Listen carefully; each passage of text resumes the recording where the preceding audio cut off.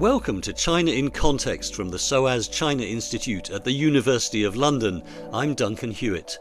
The sudden emergence of the Chinese company DeepSeek's AI chatbot earlier this year highlighted just how fast Chinese technology is developing. But it's also added to simmering international tensions over China's technological rise. US Vice President J.D. Vance recently spoke of America being in an arms race with China for control of artificial intelligence. The US has not only banned the export of its most advanced semiconductor chips to China, it's now trying to stop companies around the world from using China's own latest chips. It's also sanctioned numerous Chinese tech firms due to security fears and is cracking down on links between US universities and Chinese scientists and researchers. The EU, meanwhile, has imposed 43% tariffs on imported Chinese electric vehicles, accusing China of giving their manufacturers unfair subsidies. But is Chinese technology simply becoming better?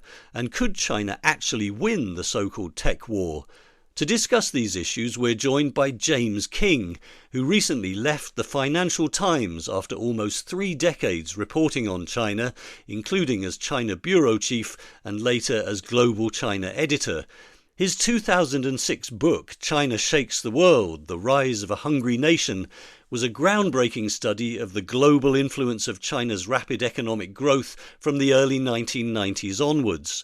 Well, James, thanks so much for joining us from Berlin, in fact, where you're currently a senior fellow at MERICS, the Mercator Institute for Chinese Studies. And you've just published a new audiobook, Global Tech Wars: China's Race to Dominate, which takes a very vivid look at the current competition over technology. It's based on a podcast series you did for the FT, so it includes interviews and on-the-ground reporting as well. And you take us not only to China, but to countries in Europe and Asia where the influence of Chinese technology is growing, and also really to the heart of global competition over chips, both in Taiwan, where the majority are still made, and in the US, as it seeks to bring chip production back from Asia.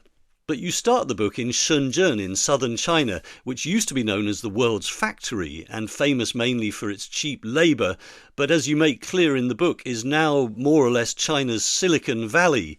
So tell us a bit about what you saw there. Thanks very much, Duncan.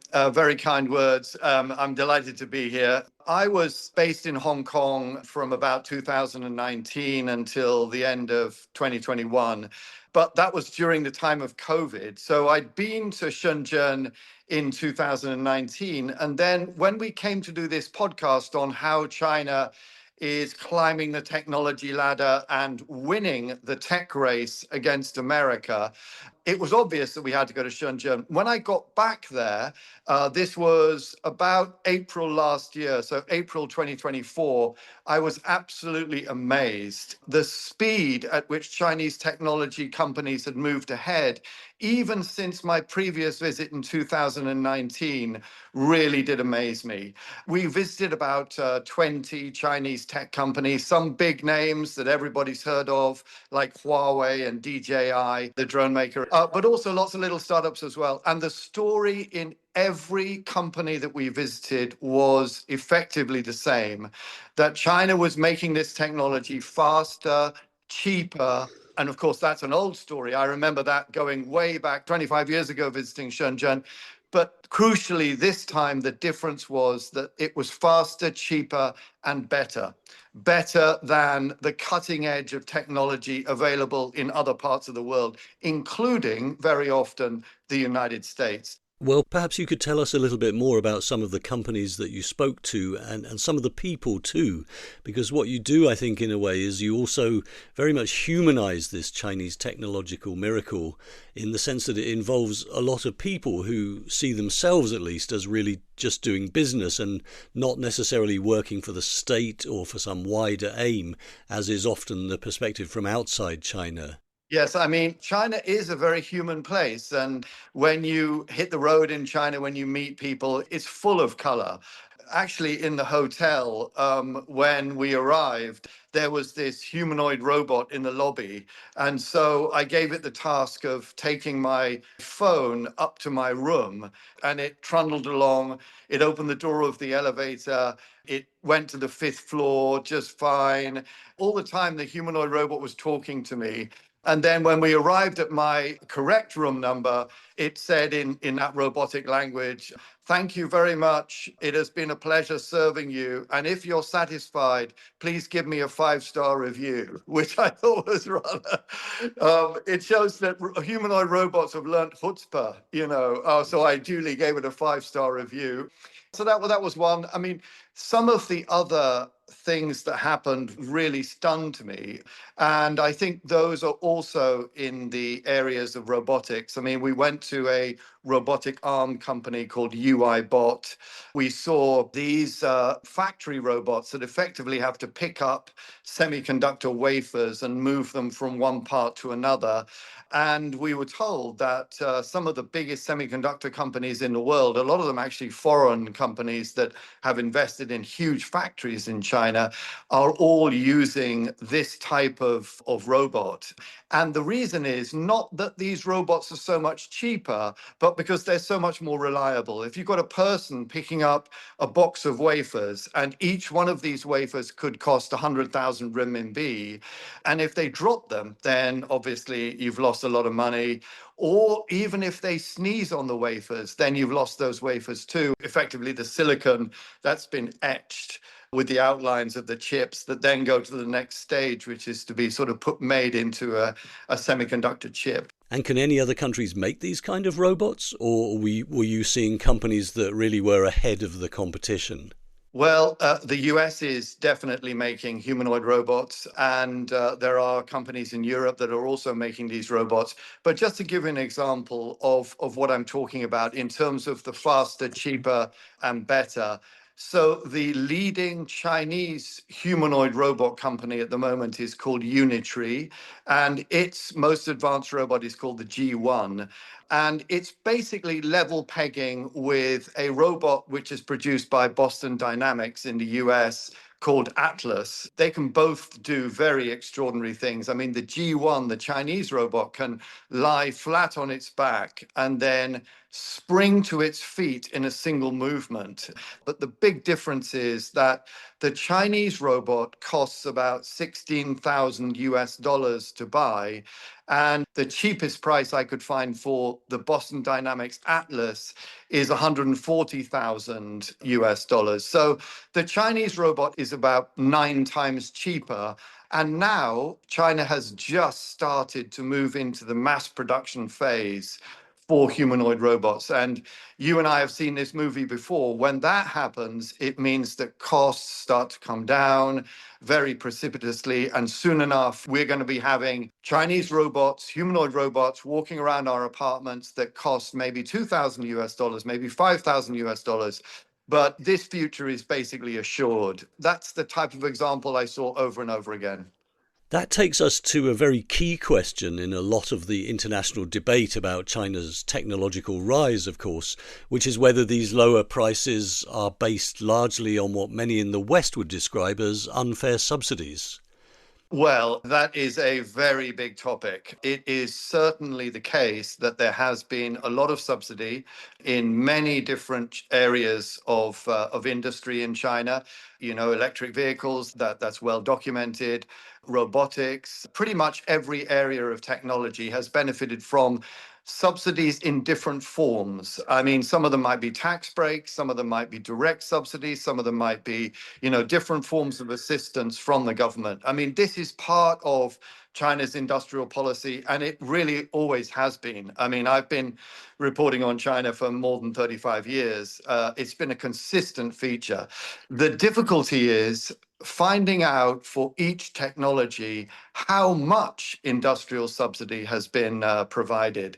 And Presumably also because sometimes the subsidies come from, for example, the central government. Sometimes they come from local governments. There may be different sources and as you say, subsidies come in different forms. They come in so many different forms. Sometimes it's like, a factory will be given a knockdown price. Sometimes it's like local taxes are rebated or scrapped completely. Sometimes it's national taxes are rebated. I mean, China is a subsidized industrial sphere, but Some of that presumably is also local competition. It's different parts of China trying to steal a march on other parts of China rather than thinking, oh, this is how China takes over the world. Absolutely. There are tens of thousands of industrial parks in China. All of them are in competition with each other in order to attract the best investment, the best companies to come to their area. So that's another form of effectively subsidy. But my overriding point on this is that this is not the defining characteristic of China's ascent up the technology ladder. If it was the case that China was just sort of subsidizing its technology companies up to the hilt, and that was all that was happening, then what we'd end up with is just a lot of cheap junk. But this is not the case. Why? Because that kind of subsidy doesn't encourage quality. Well, exactly. The reason that Chinese electric vehicles are steaming into the European market is because the technology is better than what we can find with European manufacturers of cars or US manufacturers. If this was just an issue of Chinese overcapacity and Chinese industrial subsidy, then it wouldn't be a threat to the West. But the reason that Chinese technology companies are disrupting some of the biggest companies in the West is because their technology is better. That's the key. There was an interesting point in the audiobook by one of your former FT colleagues, Junyun, who wrote the Lex column. And she was saying that, if you look at China's electric vehicles, EVs, which, as you say, have aroused a lot of concern, particularly in Europe and the US, about the level of subsidies and how whether or not this is unfair to domestic producers. She made the point that actually China used to have about 500 electric car manufacturers, and that actually many of them then went bankrupt. So these subsidies are not a guarantee of success. Although I suppose you could turn it around and say, well, if they're throwing so much money at the problem, some of it's going to stick. Absolutely. I mean, the way I would put this is if you are engaged in trade competition issues, let's say between Europe and China, you will be looking at subsidies. You'll be trying to ascertain how big the subsidies are, what advantages accrue to Chinese companies because of industrial policy. But if you're judging China as a sort of a competitive cauldron that is creating some of the world's leading tech companies, then you're looking at what Jun Yoon set out in that Lex column, which is that it is an extraordinarily competitive environment in which these companies fight tooth and nail with each other, all of whom are subsidized to some extent, to gain advantage by producing a better product, selling it better, marketing it better, and all of those things. So I think that's the aspect that many of us in the West miss. It is the absolute white knuckle competition that you see in every industrial sector in China. And EVs is just one example. I mean, did you just notice that BYD has come out with a car in China, the Seagull, I think it is, that now costs $7,765 US. That's an electric car. This is an EV. I mean, that is about a third or a quarter of the price of the next cheapest EV made by a European manufacturer in a European market. So that's typical of what we find in every sector in China. China's selling better technology at about a quarter or a third of the price. And you don't see it all as based on cheap labor. I guess labor is not as cheap as it used to be in China anyway, right? It's not all based on cheap labor. A lot of these factories, and including the ones that we visited in Shenzhen, they're all automated, almost entirely automated. Just a little factoid for people who may not know, China installs about half of the world's factory robots right now, installed in factories in China. So, I mean, it's an extraordinary situation. You make a really interesting point, I think, about this. Or one of the people you interview actually mentions the intense competition for Chinese technology consumers. In other words, Chinese companies have to fight so hard to keep their customers within China. You interviewed someone called Zhou Qi, who is from one of these robot companies, and he just had this great quote. He was speaking in English, actually, and he said, Chinese guys like to use new things. It just seemed to sum up that whole mood of the kind of obsession with innovation within China, which I guess is also part of this whole story. It is. It's a very noticeable trait in Chinese society how interested people are in technology, how people want to be using the latest technology. I mean, if you just sort of do a kind of on the street test of how well people know their phones compared to what they might in the West, it's a really early adopter society. Do you mean how well they know the functionality of their phones? Yeah. I mean, a few years ago, there was the sensation about the Huawei camera that has this extraordinary ability to zoom in, and they compare that to the Apple. I mean, it's night and day. But now you've got lots of smaller Chinese smartphone companies coming up. And now, aside from Apple and Samsung, most of the top 10 smartphone companies in the world are all Chinese. And I think that is, to a significant extent, because people in China are picky about their tech. This is a very big competitive advantage that China has.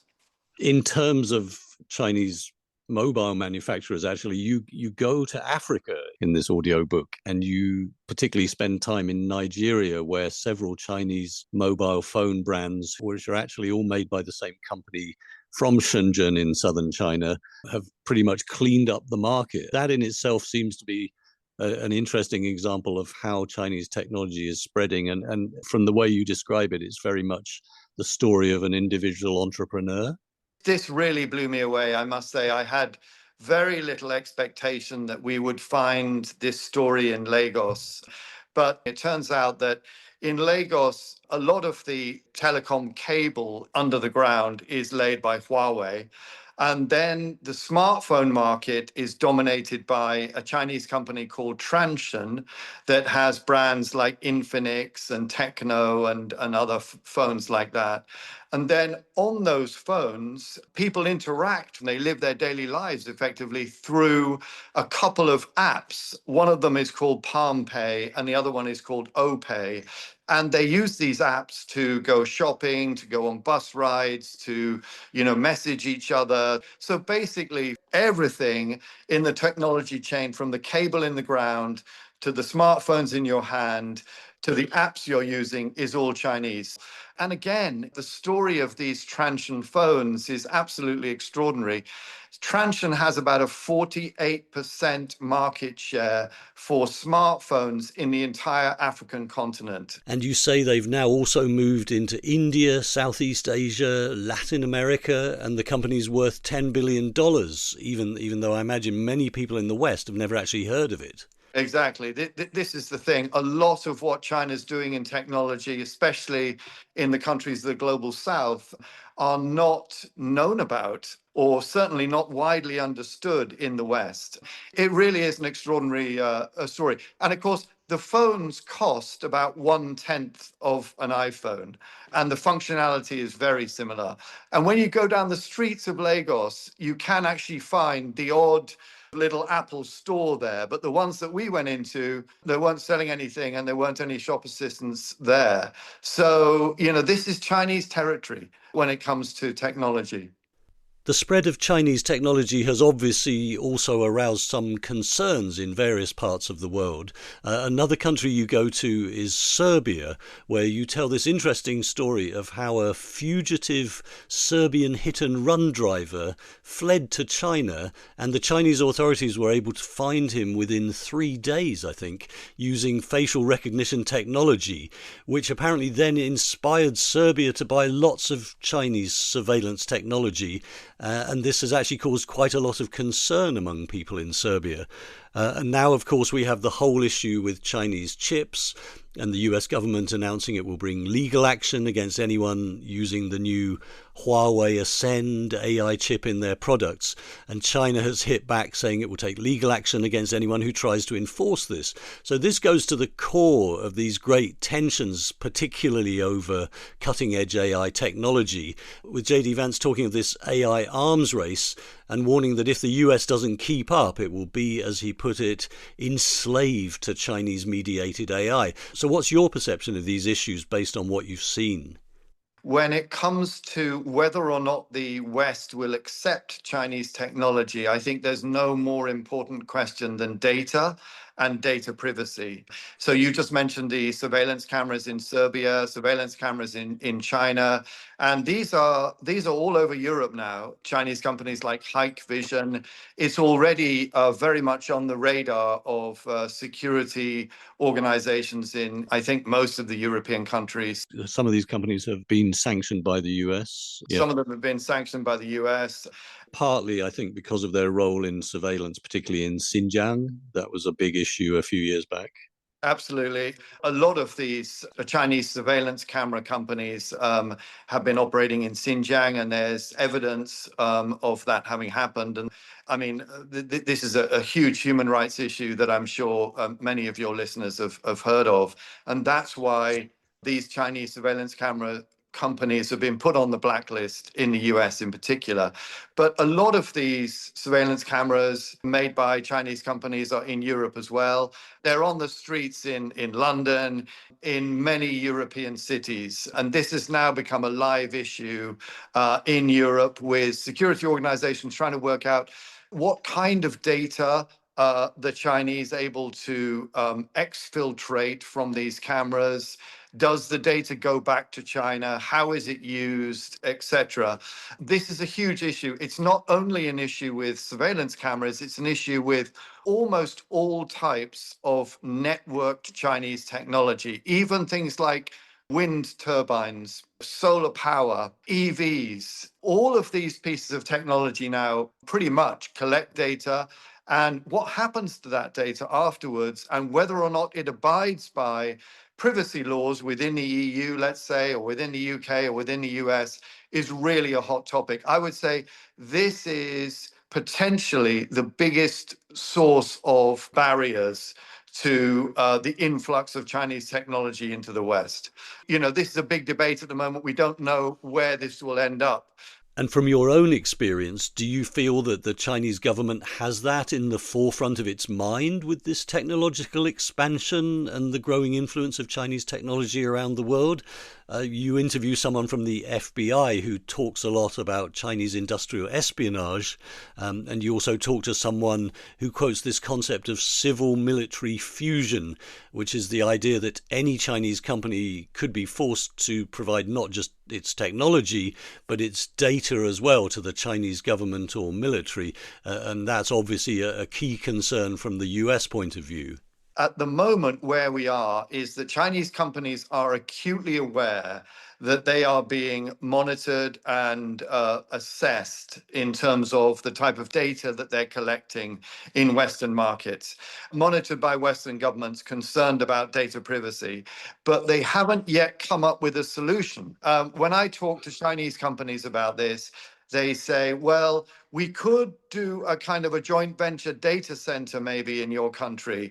We could store the data in your country. But then, you know, you talk to somebody from the security services in a Western country and they'd say, well, that doesn't answer the question of what about the Chinese company installing a malware or a backdoor through which they could exfiltrate the data without the security organizations of the country concerned knowing about it? Chinese companies are very concerned about this. They don't seem to, at least certainly according to my conversations with them, they don't seem to have an answer. There's no watertight solution to convincing Western countries that China is not taking private data back to China. And from the Western side, they're really focused on this. In the book, you also visit Huawei's huge campus in Shenzhen. I think they've just built another one in Shanghai as well. And you describe the vast scale of their research and development. I think you say they have 30,000 people working in R&D in this one place alone. They would argue that they're basically a commercial business and not focused on serving the interests of the Chinese state. But obviously that's been questioned many times, and this goes to the root of this US attempt to ban the use of the new Huawei chips. You go into great detail about the chip war in this audiobook, not least by telling the story of how Taiwan's biggest semiconductor company, TSMC, which now makes 90% of the world's advanced chips, has been under enormous pressure from the US to move some of its production to America. And you both visit TSMC's new plant in Arizona, and you also spend time in Taiwan, where you talk about this hotly debated topic of whether moving some semiconductor production out of Taiwan will make Taiwan more vulnerable to a Chinese takeover, because it might make the US feel it was less important to defend the island. You mentioned the concept of the silicon shield, which some see as protecting Taiwan. It's such a swirling geopolitical issue. There are so many questions there, but I think the issue of whether or not Taiwan's security is being hollowed out by the fact that it had to move a lot of chip making capacity, not only to America, to Arizona, where we went, as you say, but also to Japan and to Germany. That is a really crucial geopolitical question for the world, because, of course, we all know that China maintains a threat to invade Taiwan if Taiwan was ever to, let's say, declare independence or do something like that. So the question of whether or not Taiwan is so crucial to the global semiconductor supply chain as it is now, with about 90% of chips being made there, that the US would simply have to intervene to defend Taiwan against China, is something that kind of runs right through the middle of this semiconductor security issue.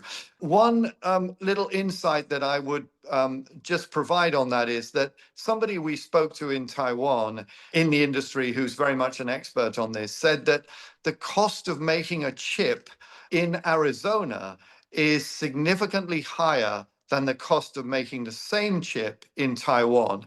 So the US, by pressurizing TSMC, the big Taiwanese chip maker, to move to Arizona, is effectively adding costs which are going to have to be borne by the US consumer.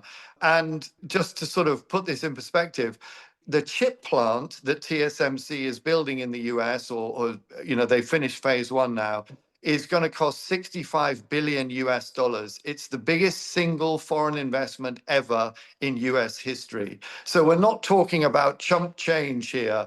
The question of whether or not it costs prohibitively too much to produce a chip in Arizona is an absolutely crucial question for the technological self-sufficiency of America. And some of the people you talked to made the point that in Taiwan, even highly trained physicists who join these semiconductor manufacturers start off working the night shift on the factory floor.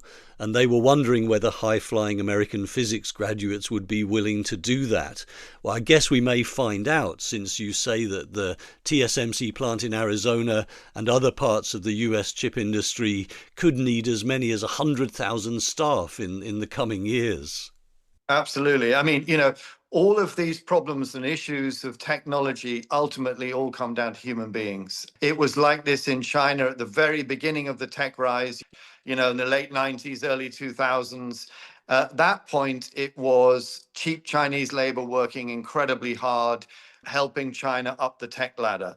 Then I would say about 5 or 6 years ago, it was a case of Chinese kind of brain workers working what they call 996, from 9 a.m. to 9 p.m., 6 days a week. In other words, working far harder than you'd find somebody working in the West. And now at this very, very cutting edge technological area of being in your bunny suit, making semiconductors inside the factory. What we're seeing is this is a very arduous job. It's also very highly skilled. And in Taiwan, you find a lot of young people who are willing to do this because it's regarded as a national pride. But in the US, in Arizona, we didn't quite find the same alacrity among young Americans to do that job. This also goes back to something you mention in the book, the fact that the majority of semiconductors, chips, were actually made in the US until the last few decades, and that it was decisions by companies like Intel to start offshoring production to Asia that led to this enormous boom in chip manufacturing in Taiwan and other parts of Asia. So this rather seems to undermine President Trump's argument when he said Taiwan stole our chip industry. But that's now part of this whole issue, which, as you say, is now seen by the US as so key to its future, of reshoring production into the US or Germany or Japan, as you mentioned. The story of the global economy over the last 50 years has been this wave after wave of offshoring to cheaper localities by multinational companies. And this has served them very well. Their share prices have gone through the roof. A lot of people have made a lot of money in that. But the cost of it is that where you offshore to, you're training up local people in those countries to do what you can do. And we're now seeing this with Apple. The Apple investments into China and the huge manufacturing that Apple has in China has trained up thousands and thousands of Chinese technological engineers who can now do what Apple does and are crucial to Apple. They are the supply chain of Apple. You know, this is the same for almost every big Western technology company today. They've all outsourced at least some of their production capacity, some of their supply chain to China. And that has been a big motivating factor behind China's emergence as a technological superpower. But what I would like to argue now is that China has now transcended that phase. China is now innovating according to its own energies, according to its own abilities. And in my view, China has reached escape velocity in this regard. It doesn't any longer depend on transferred technology from big Western tech companies. It's now moved beyond them. It'll be the Western tech companies in the future that will be hoping for transfers of technology from Chinese companies. And you quote Winston Ma, who used to be head of one of the China's sovereign wealth funds, who's now an adjunct professor at New York University, saying that, you know, clearly there had been industrial espionage, but it wasn't really necessary so much anymore because the US and China, as he put it, are at the same starting point in the sort of race towards AI and all of this so-called frontier technology. I mean, if you look at what's happening, let's say, in the Asia Pacific with Alibaba, everybody talks about DeepSeek and the large language model breakthrough that DeepSeek made at the beginning of this year. But actually, if you look at other Chinese companies, Alibaba, look at the rankings of large language models on Hugging Face. This is generative AI. And you'll see the Alibaba Q1. There's a whole suite of Q1 large language models. And they are pretty near the top. So actually, Alibaba is the leading AI company in the Asia Pacific now. It isn't Meta. It isn't Amazon Web Services. You know, a company like Alibaba is climbing the tech ladder with regard to artificial intelligence, partly because it's got such a huge user base all over the world. It's got more than 1 billion customers, and it's using their data to train its AI models. And that means its AI models are getting better, they're getting more useful, the applications are getting more refined. So these changes are happening at warp speed. And in so many areas, new Chinese companies are coming up. So it's not just DeepSeek, it's Alibaba and Tencent and Baidu and others as well. Well, going back to chips, one of the things the US has tried to do is limit China's access to the most advanced chips from the West through export controls. And the people you spoke to in the US seem to be relying on something called Moore's Law, named after the founder of Intel, which is the theory that the technology used to make chips becomes twice as complicated every 2 years. And so export controls will make it impossible for China to keep up. We've clearly seen some progress in Chinese chips, not just from Huawei, but also from Xiaomi, who started out making mobile phones, now make electric vehicles too, and have also now come up with a 3 nanometer chip, which is quite advanced. Nevertheless, I think the US theory is that even if China can make high-end chips, it doesn't have the production capacity to mass produce them. But as you suggest, China seems to be focusing very much on how artificial intelligence is applied and thinking that, as you say, with all of the ecosystems of these huge companies like Alibaba, this will give them an advantage. So where do Chinese chips really stand now? I think the first thing to be said when it comes to that question, this really crucial question of the chip war or the rivalry in semiconductors between the US and China, is really that the history of China's tech rise over the last 20, 30 years has been littered with false assumptions by the West. You know, the conventional wisdom that China would never catch up in this area or in that area, in, let's say, high-speed trains or in solar technology or in wind power technology. And each of those conventional wisdoms has been exploded along the way. Almost the last conventional wisdom still standing is this one that China will never catch up in chips. And I think that this conventional wisdom is now on the verge of being exploded itself.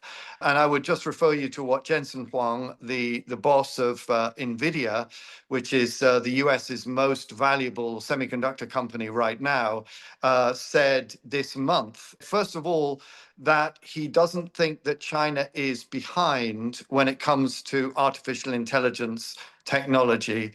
And the second thing he said was, which I think is even more extraordinary, he said that he thinks that the US export control regime, which successive US administrations have put in place to prevent crucial technologies from being exported to China, including NVIDIA's highest technology chips and a whole slew of others. I mean, we're talking about hundreds and hundreds of sanctions on Chinese companies and a lot of restrictions on US companies exporting technology to China. So, but he said that that US export control regime had been a failure, which is the first time I've ever heard a leading US tech boss say that. I think he's saying that because he can see that Chinese chip companies are making rapid strides. In this connection, I would point mostly to Huawei. They've come out with a chip recently called the Ascend 910C. Now, I'm not saying that that chip is as powerful as an NVIDIA chip. NVIDIA's got a whole new load of chips coming out under the Blackwell brand that are certainly more powerful chip for chip than Huawei's new series. But, and this is the key point, by combining a whole load of these 910C Ascend chips together, to be precise, 384 of them onto a rack, which is now called Cloud Matrix 384. This rack of Huawei chips now outperforms an equivalent NVIDIA rack by a factor of 2 to 1. In other words, it's got twice the compute power of the NVIDIA rack. It does use 4 times the electricity, so that's obviously a shortcoming. But this idea that this is a binary between the US and China, and the US is always going to be ahead in chips, is definitely being eroded. Some people would argue that the progress that Chinese companies have made in chip technology is partly the result of the export ban. Is that what Jensen Huang meant when he said that it had failed? In other words, it had stimulated China to do its own development? Absolutely. At least that's my understanding of what he meant. And I would agree with that assessment. It does seem to be clear that the US export controls, stopping or restricting exports of certain crucial technologies from the US to China have not done more than maybe slow down or trouble some of the Chinese tech companies. And now what we're seeing is those very same Chinese tech companies are making rapid progress exactly in the areas where the US hoped to slow them down, such as artificial intelligence. So I'm not going to say that the US has lost the tech war, that it's all over. But as far as things are standing right now, it seems that China has prevailed in maintaining its ascent up the tech ladder in spite of this welter of US controls. It's a really stunning thing to say. I mean, I was in Hong Kong reporting on all of this as it was happening, as the White House was putting these controls on China. And I remember interviewing the CEO of Huawei, Ren Zhengfei, and he leant across the table and he gave us a picture of a World War II bomber. It was a Soviet bomber that was flying back to the Soviet Union and was absolutely full of holes. And he said, this bomber is like Huawei. We've been hit in the fuselage, we've been hit in the wings, we've been hit in the engine by these American controls. And the question is, can we land the plane safely, or will Huawei cease to exist? It really was that binary in his mind at that time. That was 2019.